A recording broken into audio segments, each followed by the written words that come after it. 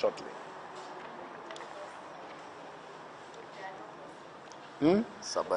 I can do a summary.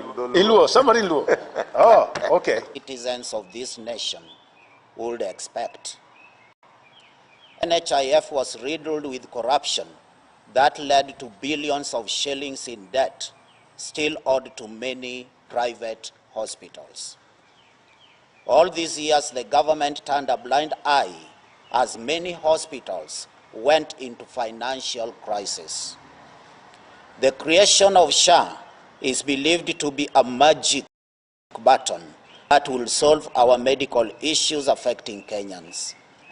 We want to assert here that the new creation like SHA will never solve the problems that NHIF could not if systemic issues, management, and corruption are not addressed.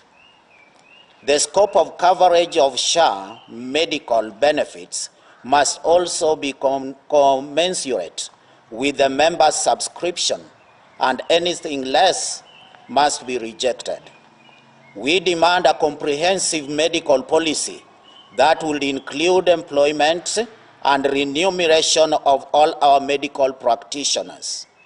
Cancer is taking a toll of many Kenyans, young and old, and the government must think of a health policy and implementation matrix that will facilitate all county referral hospitals with cancer treatment units at no cost at all.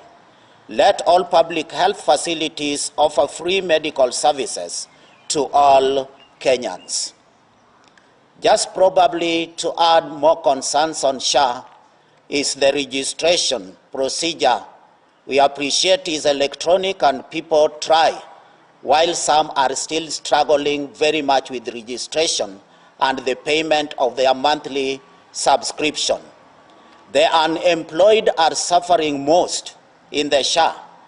And just recently, I had access to a mother in Siaya who went for registration. And the things that are asked is like, how many chicken do you have? How many goats do you have? Is your house plastered? If your house was plastered 10 years ago and you are a widow, will you sell the house for you to pay the SHA? And that is what is determining what somebody who is not employed will be paying. So we pray that the government should think twice and get a verifiable method of getting what an individual who is not employed should be paying. Security is another big threat to our nation as at now. People are being killed. People are being maimed. Women are being killed. The state of insecurity in this country is already alarming, enough for rapid action. We propose that security services be devolved and country governments be directly in charge of security organs in their counties. Insecurity has affected freedom of movements, peace, economic life, and social fabric of our society, so much so that one has either to live or to die. A state of this nature is reminiscence to a state of anarchy, where some people have the power to decide on our destiny and on our lives.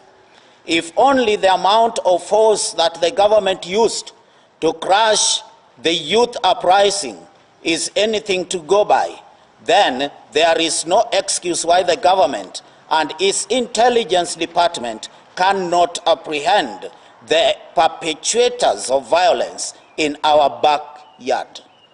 When we hear of women being sexually assaulted and murdered in the process, it calls into question two important issues. That is our morality as a society and the role of security intelligence.